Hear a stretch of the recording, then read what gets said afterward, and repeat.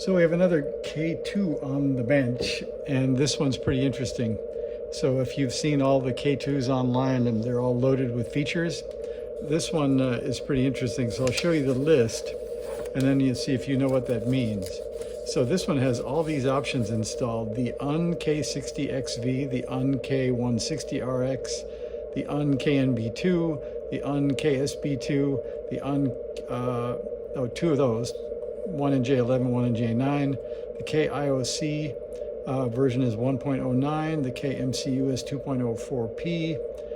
It's got the internal probe wire, and then it has the internal 4-ohm 3-watt speaker, and it has an KAF2 KDSP2 on the front panel.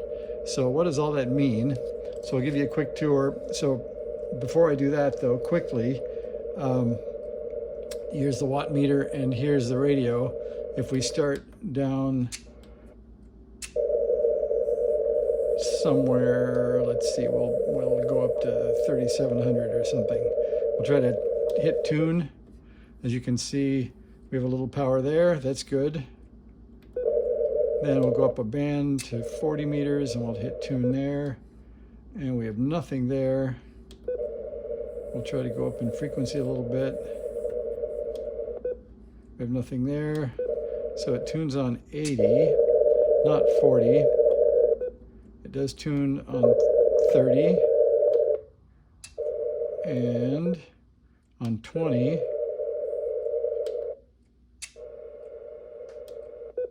Not on 17 and not on 15. So it's got a few bands, and let's see, I'll turn it off and we'll drop it down on its regular feet. We'll take off the cover and I'll show you what all those ums mean. So apparently back in the day, somebody decided it'd be cool not to have to rewire or modify when you put in options. So this radio has a whole series of unboards, but that means it has no options whatsoever. It has no audio filter, no SSB option. It has no noise blanker. It has no 160 RX receive. It has no 60 meters. It is just the basic CW radio. And it's in pretty bad shape alignment-wise, or maybe something else, but it doesn't transmit on all bands. The crystal filter has the same bandwidth no matter what the front panel says, from wide to narrow. I'll show you that. They all sound the same. So that probably means maybe it's either not getting the programming voltage or something else more deeply wrong. So if we put it on like 30 meters, actually kind of sounded like signals. And then if we hit the crystal filter button,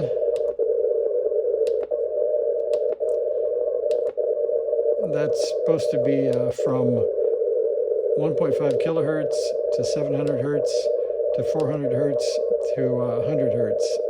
And maybe there's a little difference with the 150, but not really much else on the rest. So we'll have to investigate that. So that's one issue. And then all the transmit issues. And then I think it's just interesting to see one of these completely void of any features whatsoever. And it looks, I don't know, it's sort of clean, but it has kind of a dingy look anyway. So it might need some cleaning.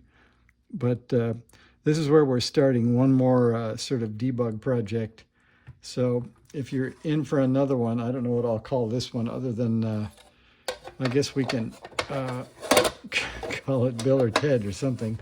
But it doesn't even have a serial number on the back. The builder didn't put their call sign, a serial number tag, or anything. But as you can see, the back has no options. It has an antenna jack, a key jack, and a power jack. That's it. Thankfully, it has a speaker, I guess. Those were stock. So I think this is another one to try. Nothing on the bottom, nothing inside the lid. It really is void of any identification. So I guess we can go look at the board. I'll find the version number and let you know next time at least how old it is. At this point, I don't see any markings. I thought it was down front, but I don't see that either. So anyway, if you guys are up for another debug project, this one has a few things, hopefully less than that K1 had, but we're going to give it a shot. So let me know in the comments if you'd like to see that.